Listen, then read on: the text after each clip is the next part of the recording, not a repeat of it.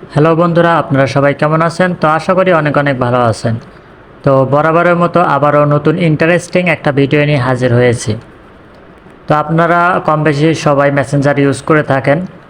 তো আপনাদের অনেকেই আছে আপনাদেরকে কল করে বিরক্ত করে, আপনি না জানতেই আপনাকে কল করে বিরক্ত করে। তো কিভাবে আপনি সেই বিরক্ত থেকে বাঁচবেন, সেই টিপসটি আপনাদেরকে এখন দেখাবো।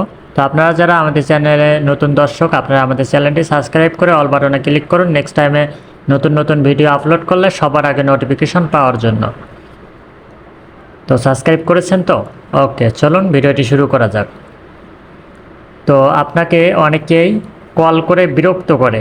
তো কিভাবে এই সেটিংটি করবেন যাতে তারা কল করলে আপনার বিরক্তিবোধ না হয়, কোনো নোটিফিকেশন না আসে।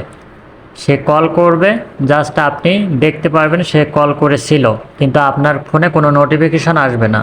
সে মেসেজ করলেও কোনো নোটিফিকেশন আসবে না, শুধু আপনি দেখতে পারবেন সে কল করেছিল বা মেসেজ করেছিল। তো চলুন, ফার্স্ট অফ অল আমাদের যে মেসেঞ্জার আছে, মেসেঞ্জারে ক্লিক করতে হবে। তো তার আগে বলে নেই, যাদের মেসেঞ্জার আপডেট করা নেই আপনারা প্লে স্টোরে চলে যাবেন ফার্স্ট অফ অল। তো প্লে স্টোরে যাওয়ার পরে এখানে ক্লিক করে মেসেঞ্জার লিখে সার্চ করবেন।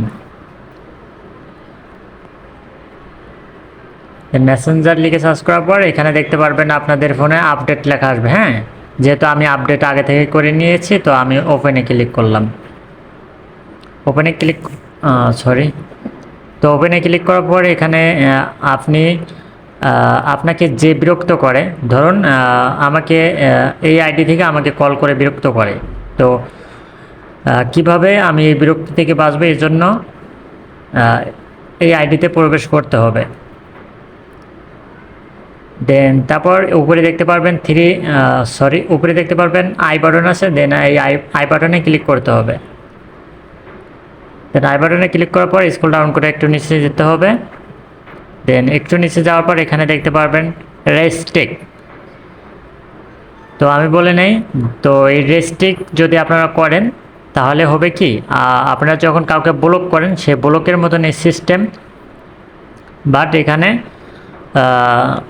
জাস্ট সে ব্লক হবে না, শুধু আপনি যাকে রেস্ট্রিক্ট করবেন সে কল বা এসএমএস করলে, মেসেজ করলে সেগুলো আপনি দেখতে পারবেন, কিন্তু আপনি তাকে মেসেজ করতে পারবেন না।